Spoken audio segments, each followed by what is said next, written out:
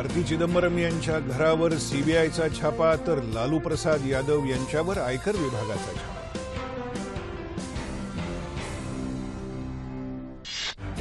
कुलभूषण प्रकरणाची सुनावणी पूर्ण, आंतरराष्ट्रीय न्यायालय लवकरच देणार निकाल।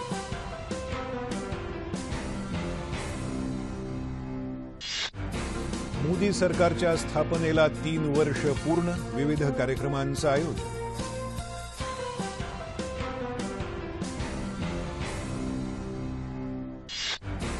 पेट्रोल 2 रुपये 16 पैसे आणि डिझेल 2 रुपये 10 पैशांनी स्वस्त।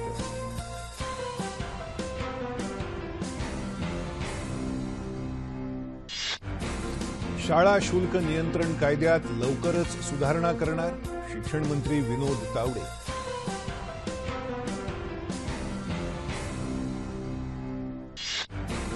पॅलेस्टाईनचे राष्ट्राध्यक्ष महमूद अब्बास भारताच्या दौऱ्यावर, पंतप्रधानांशी केली चर्चा।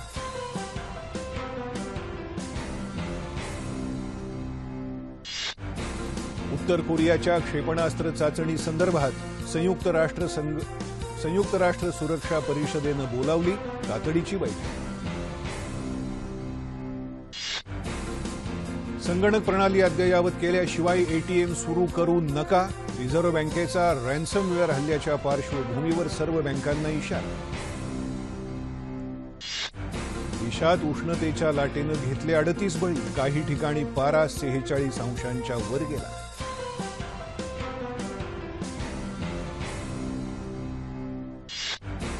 ज्येष्ठ रंगभूषाकार कृष्णा बोरकर अनंतात विलीन।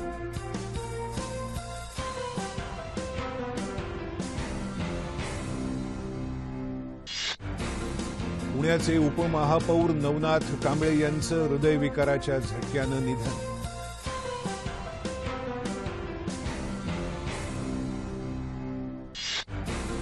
आंतरराष्ट्रीय महिला क्रिकेट स्पर्धेत भारताच्या दीप्ती शर्मा आणि पूनम राऊतचा 320 धावांच्या भागीदारीचा विक्रम।